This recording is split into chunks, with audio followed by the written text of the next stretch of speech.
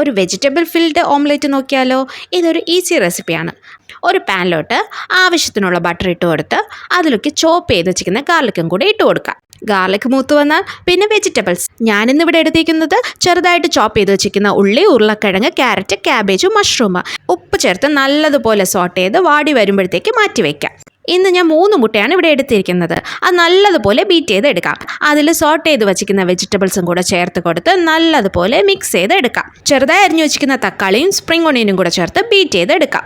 1/2 teaspoon മുളക് പൊടി, 1/2 teaspoon white pepper powder, ഇച്ചിരി ഒറിഗാനും കൂടെ ചേർക്കുന്നുണ്ട്. അത് ഓപ്ഷണലാണ്, നിങ്ങൾക്ക് വേണമെങ്കിൽ ചേർക്കാം. വേറെ ഡ്രൈ സ്പൈസസ് ഇടാൻ ഇഷ്ടമുള്ളവരാണെങ്കിൽ അങ്ങനെയും ചേർക്കാം. ഒരു പാൻ എടുക്കാം. അതിലോട്ട് ആവശ്യത്തിന് എണ്ണ ഒഴിച്ചു കൊടുക്കാം.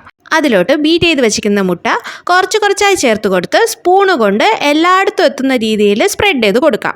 ചീസ് ഇഷ്ടമുള്ളവരാണെങ്കിൽ ചീസും കൂടി ഇതിന് മേളിലോട്ട് ചേർത്ത് കൊടുക്കാം. ഞാൻ ഓംലെറ്റ് ഫ്ലിപ്പ് ചെയ്ത് ഇടുന്നില്ല, ഇത് 1 സൈഡായിട്ടാണ് എടുത്തേക്കുന്നത്. മേൽഭാഗം നല്ലതുപോലെ വെന്ത് കഴിഞ്ഞാൽ നമുക്കൊരു പ്ലേറ്റിലോട്ട് മാറ്റി കൊടുക്കാം. ഈ ഒരു ഓംലെറ്റ് മതി നമ്മുടെ വയറ് ഫില്ലാവാൻ. പിന്നെ വെജിറ്റബിൾസ് എല്ലാം ബട്ടറിൽ സോട്ട് ചെയ്ത് ഇട്ടത് കൊണ്ട് തന്നെ ഒരു പ്രത്യേക സ്വാദ് തന്നെ അതിനുണ്ട്.